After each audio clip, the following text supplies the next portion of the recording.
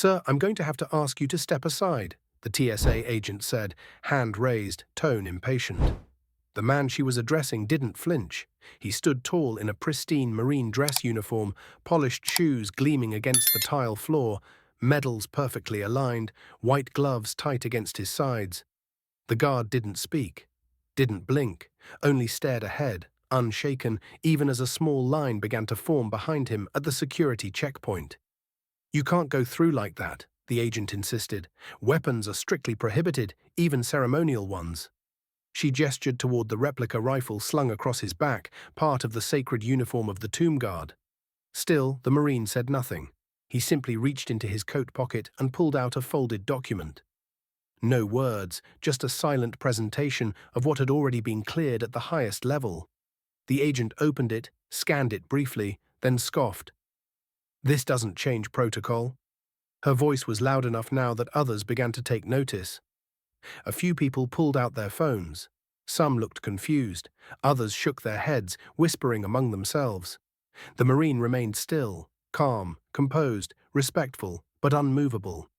That's when another voice rang out, this one quieter, older. "He's not just a soldier," said an elderly man in a wheelchair a few feet away. "That's a tomb guard." The crowd shifted. A mother hushed her child. A businessman lowered his phone. The TSA agent looked puzzled. "A what?" "A tomb guard," the old man repeated, wheeling himself closer. "From Arlington, the ones who guard the tomb of the unknown soldier. 21 steps, 21 seconds. No matter the weather, no matter the hour.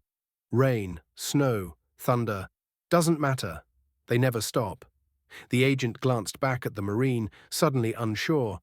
"But still, he can't just—" "He's escorting one of ours," the veteran said, voice steady now. "A fallen soldier is going home. That man," he pointed, "he's not here for himself. He's here because someone who gave everything asked him to stand for them. One last time." Murmurs spread across the terminal. A few soldiers in line came to attention. One saluted. Still, the agent hesitated until a supervisor approached, pushing quickly through the growing crowd. "Let him through," she said firmly, eyes wide with recognition. "That order came from the Department of Defense. He's not to be delayed." The tomb guard nodded once. Not a word. He stepped forward, moving with flawless precision, boots striking the tile with exact rhythm. The rifle on his back didn't swing, didn't rattle. It moved as he did, controlled, calculated, ritualized. The crowd parted, phones were lowered, hats were removed. People stepped aside, not because they were told, but because they felt they should. And then, as he passed Gate 17, they saw it. A flag-draped casket being rolled forward. A family in black standing solemnly. A mother with her hand to her mouth. A folded photograph held tightly by a young child.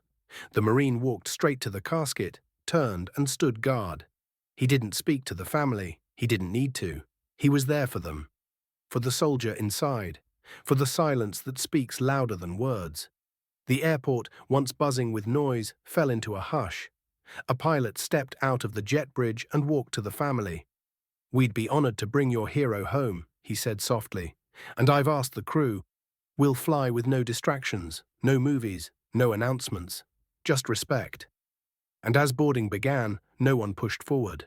People stood and waited, not because they had to, but because something sacred was unfolding before them.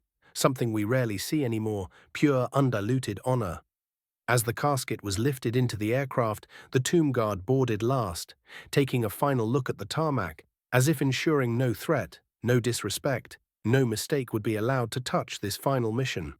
When the doors closed, a gate agent stood with tears in her eyes. "I've worked here 22 years, she whispered. "I've never seen anything like that." Later on the flight, one of the passengers asked a crew member, "Who was the soldier?" The answer came gently, "Someone who gave everything, and someone who made sure they weren't forgotten." Because that's what tomb guards do. They stand, they endure, they show the world what reverence looks like in a time when reverence is rare. The Marine didn't need applause, he didn't need cameras, he only needed space to honor a brother. And in doing so, he reminded every traveler in that terminal of something we too often forget. That freedom has a price, and that sometimes awe doesn't come from a spectacle, but from silence, sacrifice, and the man who stood without ever needing to speak. Before we end this story, let us know in the comment, where are you watching from? If this story touched you, subscribe to the channel and hit that like button and drop a karma in the comments below.